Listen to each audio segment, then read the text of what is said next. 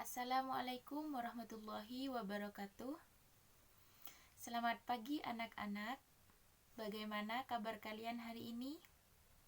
Semoga selalu baik dan dalam keadaan sehat walafiat ya. Perkenalkan, nama saya Indah Sundari. Kalian bisa memanggil saya Bu Indah. Pada pertemuan kali ini kita akan memasuki materi baru, yang mana materi tersebut adalah sistem pencernaan. Sebelum kita membahas lebih dalam mengenai organ pencernaan, terlebih dahulu kita akan membahas mengenai zat makanan. Adapun tujuan pembelajaran dari pembelajaran kita hari ini, yang pertama yaitu siswa dapat menyebutkan zat makanan yang diperlukan oleh tubuh manusia sehari-hari. Kemudian yang kedua, siswa dapat menjelaskan zat-zat makanan yang terkandung dalam bahan makanan. Yang ketiga, siswa dapat menentukan contoh-contoh bahan makanan sebagai sumber zat-zat makanan yang diperlukan oleh tubuh.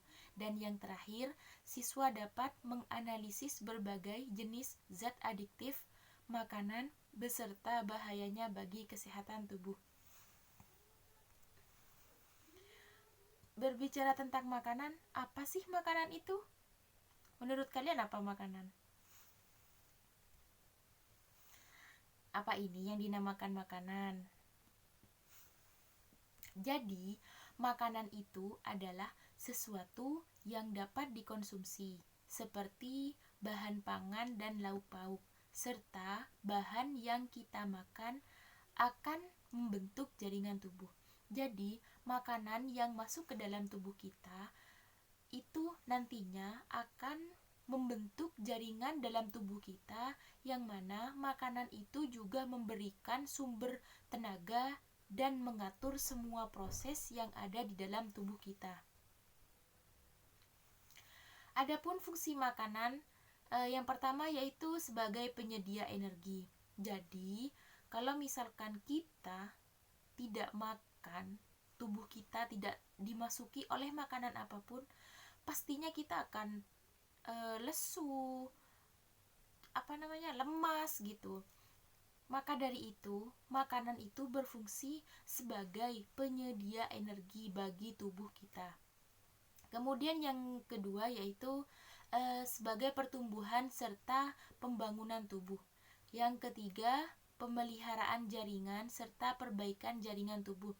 Jadi, apabila dalam tubuh kita ada yang luka atau ada jaringan yang rusak, maka makanan itulah yang nantinya akan memperbaiki jaringan-jaringan tubuh kita yang rusak. Kemudian yang keempat yaitu pengaturan proses-proses tubuh.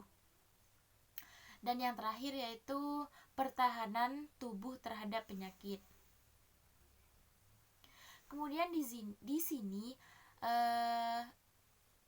ada pula zat-zat makanan, yang mana zat-zat makanan tersebut yang pertama yaitu karbohidrat, kemudian yang kedua lemak, yang ketiga protein, kemudian mineral dan vitamin. Nah, di sini Ibu akan membahas satu persatu dari zat-zat makanan tersebut. Yang pertama yaitu karbohidrat, yang mana karbohidrat ini merupakan zat makanan yang tersimpan dalam tubuh tumbuhan dan merupakan hasil sintesis senyawa organik yang mengandung unsur C yaitu karbon, kemudian H hidrogen, dan yang O adalah oksigen. Fungsi karbohidrat di sini yang pertama yaitu sebagai sumber energi dan yang mengatur proses metabolisme di dalam tubuh kita. Yang kedua, menghemat protein dan membantu pengeluaran feses. Yang ketiga, sebagai bahan pembentuk struktur sel, jaringan, dan organ tubuh. Di sini juga ada apabila seseorang kelebihan karbohidrat ini, maka akan obesitas. Obesitas di sini adalah kelebihan berat badan. Kemudian seseorang yang apabila kekurangan karbohidrat ini akan mengalami ketosis. Selanjutnya yaitu lemak. Yang mana lemak di sini lemak atau lipid. Yang mana lemak atau lipid di sini merupakan zat organik hidrofobik. Hidrofobik di sini artinya yaitu sukar larut dalam air. Jadi lemak atau minyak itu kan tidak bisa ya nyatu sama air. Di sini bisa menyatu, akan tetapi dalam pelarut organik. Contohnya di sini adalah ether, benzen, dan kloroform. Di sini juga ada contoh maksud ibu fungsi lemak. Di sini fungsi lemak yang pertama yaitu penghasil energi yang lebih efektif. Kemudian penyedia vitamin yang larut dalam lemak. Contohnya vitamin A, vitamin D, vitamin E, dan vitamin K. Kemudian yang ketiga yaitu turut membangun jaringan tubuh. Dan yang terakhir melindungi tubuh dari suhu rendah. Jadi di sini contohnya orang semakin kurus, berarti kan lemaknya itu kan semakin sedikit, maka orang itu akan semakin cepat merasakan udara dingin. Nah, tapi orang yang bisa dikatakan lemaknya cukup lah, atau bisa dikatakan juga gemuk, itu terhadap udara dingin itu agak kebal. Nah, itulah fungsi lemak yang dapat melindungi tubuh dari suhu rendah. Kemudian di sini ada juga kekurangan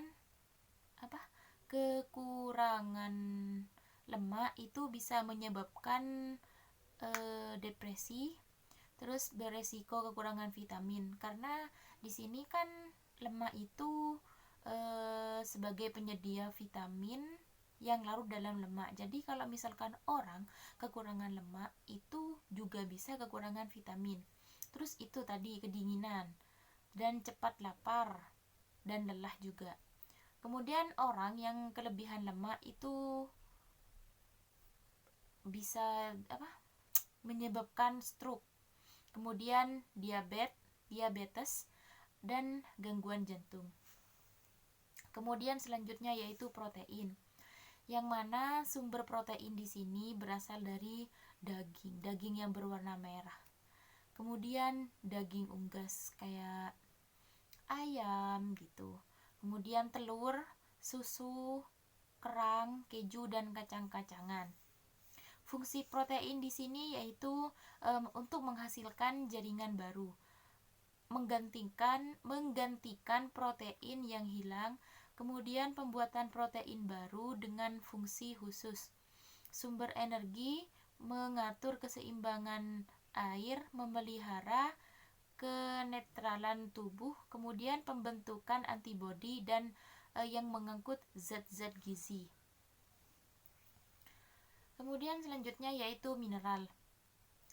Mineral di sini berfungsi sebagai zat pembangun dan pengatur yang berperan dalam pemeliharaan fungsi tubuh pada tingkat sel, jaringan, organ, dan fungsi tubuh secara keseluruhan.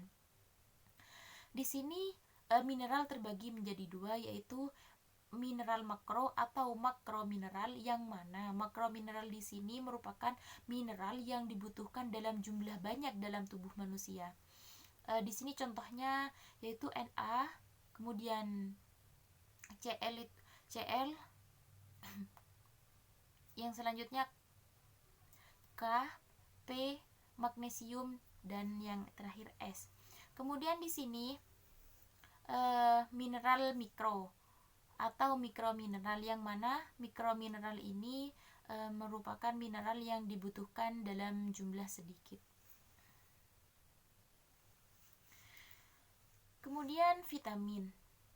Vitamin di sini merupakan senyawa organik kompleks yang esensial untuk pertumbuhan dan fungsi biologis yang lain bagi makhluk hidup.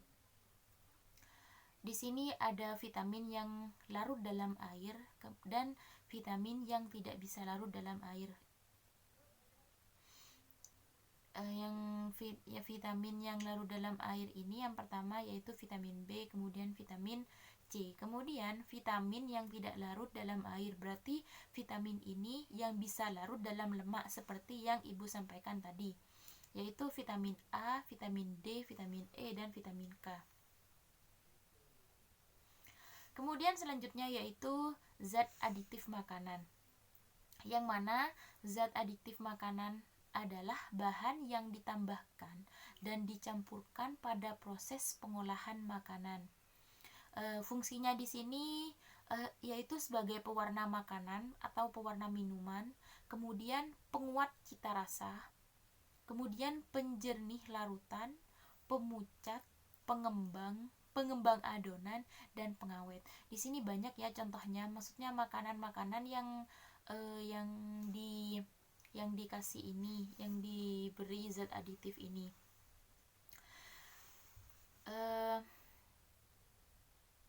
Kesimpulan dari yang Ibu sampaikan tadi dari materi ini yaitu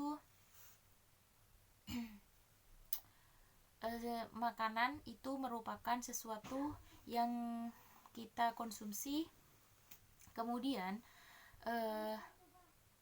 zat-zat makanan itu ada karbohidrat, ada protein, ada lemak, ada mineral, dan ada vitamin.